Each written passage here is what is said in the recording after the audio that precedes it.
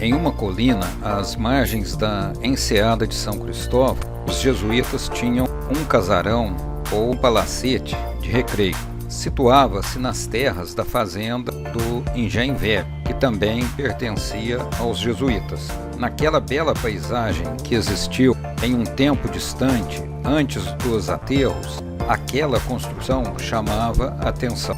Após a saída dos jesuítas do Brasil, em 1759, por problemas políticos, suas terras foram desmembradas e vendidas sob a forma de propriedades menores. E esta construção passou a ter outros usos ao longo do tempo. Então, toda cidade tem edifícios e prédios marcantes que, em determinadas épocas, chamam atenção e se tornam, por assim dizer, construções icônicas ou marcantes na paisagem da cidade. No Rio de Janeiro, da segunda metade do século XVIII e depois da primeira metade do século XIX, uma construção que se destacava na paisagem foi este edifício, que acabou ficando conhecido na primeira metade do século XIX, até mais ou menos 1820, como Lazareto de São Cristóvão. Este edifício apareceu em algumas gravuras e pinturas. E este vídeo, então, é sobre esta construção. A primeira bela imagem que estamos vendo agora se trata de uma aquarela de Félix Emile Tuney. O original não tem data, mas deve ter sido feito por volta de 1825. Isto pode ser deduzido fazendo comparação com outra imagem da mesma época. Então, vejam que construção interessante e que bela paisagem. Esta é uma paisagem que não existe mais nos dias de hoje, embora esta construção ainda exista, mas bastante modificada. Ou seja, esta enseada ou saco de São Cristóvão, assim como o saco de São Diogo, que existia onde existe hoje a Avenida Francisco Bicalho, a rodoviária, foi toda aterrada. Toda essa área foi aterrada, então essa construção sumiu ali na paisagem. Entretanto, ficou esta bela representação pictórica como testemunha de uma paisagem estonteante que existiu e dessa interessante construção quando ela era um marco destacante do Rio de Janeiro daquela época e naquela área do Engenho Velho, que hoje é a Tijuca, e São Cristóvão. Toda aquela área ali, naquela época, eram chácaras e havia grandes casarões, inclusive o Dom João VI se estabeleceu por ali, na Quinta da Boa Vista. Então, agora vamos ver uma outra paisagem feita pelo Harry Chamberlain. Era um inglês, ele era oficial da artilharia inglesa, esteve por 2 anos no Brasil. O pai dele era embaixador ou cônsul da Inglaterra no Brasil. Ele fez esta paisagem e também fez alguma descrição. Eu vou falar aqui, misturar um pouco o que ele falou com algumas outras informações. Então, descrevendo esta gravura, esta vista foi tomada de uma colina próxima do Rio Comprido,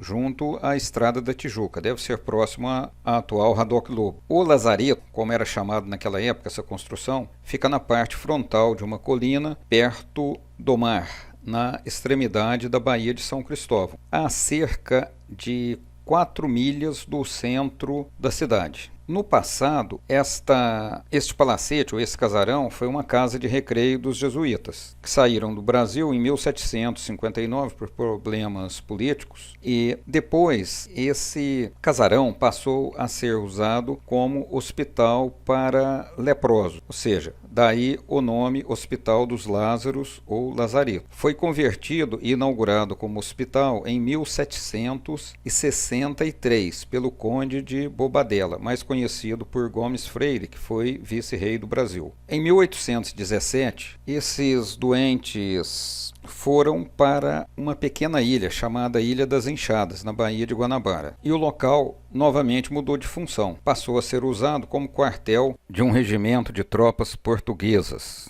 Este edifício conservou suas formas por um bom tempo, mas depois, principalmente no século XX, sofreu interferências. Mas, segundo dizem, se visitar as partes internas, ainda se encontra muito da arquitetura inicial, e quanto ao exterior da construção, aquela torre central com 5 torrinhas é a parte principal que marca aquela construção e também a principal herança e marca preservada dos antigos tempos, em termos de aparência exterior. Nesta imagem, aquela área, melhor dizendo, aquela área que a gente vê que seria o Manguezal de São Diogo, que é a cidade nova, era uma área pantanosa, depois aquela área foi drenada e virou o Canal do Mangue. E durante as marés vivas, ou seja, durante luas cheias e luas novas, quando existem marés mais altas que o normal, tanto a maré alta como a maré baixa, a área ficava parcialmente coberta pelo mar, ou seja, aquilo ali era um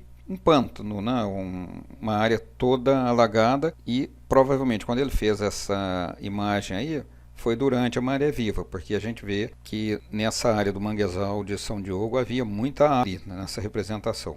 Atualmente, esta construção, o lazareto, com sua aparência externa modificada e tendo contornos aterrados, abriga o Hospital Frei Antônio de São Cristóvão, ex-Hospital dos Lázaros.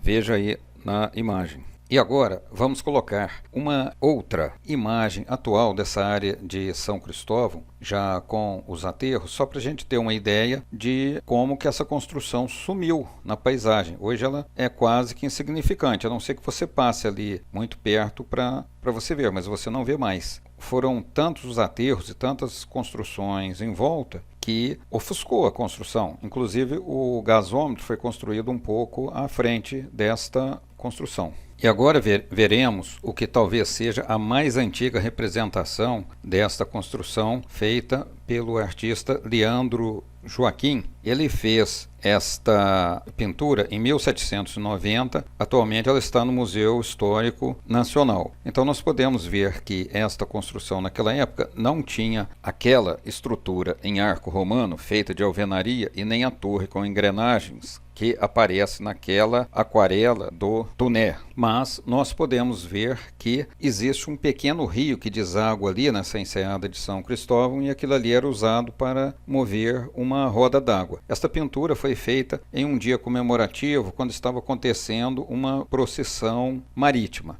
Não é o objetivo desse vídeo analisar esta parte da procissão marítima, mas num outro vídeo é interessante dar uma olhada nisso. Então nesse a gente se detém aí nessa construção, na representação. Ao fundo aquilo ali seria o Corcovado. E agora, neste desenho de Charles Landseer de 1825. Ele mostra também esta construção e nesta imagem é possível ver muito bem aquela estrutura em arco romano feita de alvenaria e pedra e também a torre com engrenagens.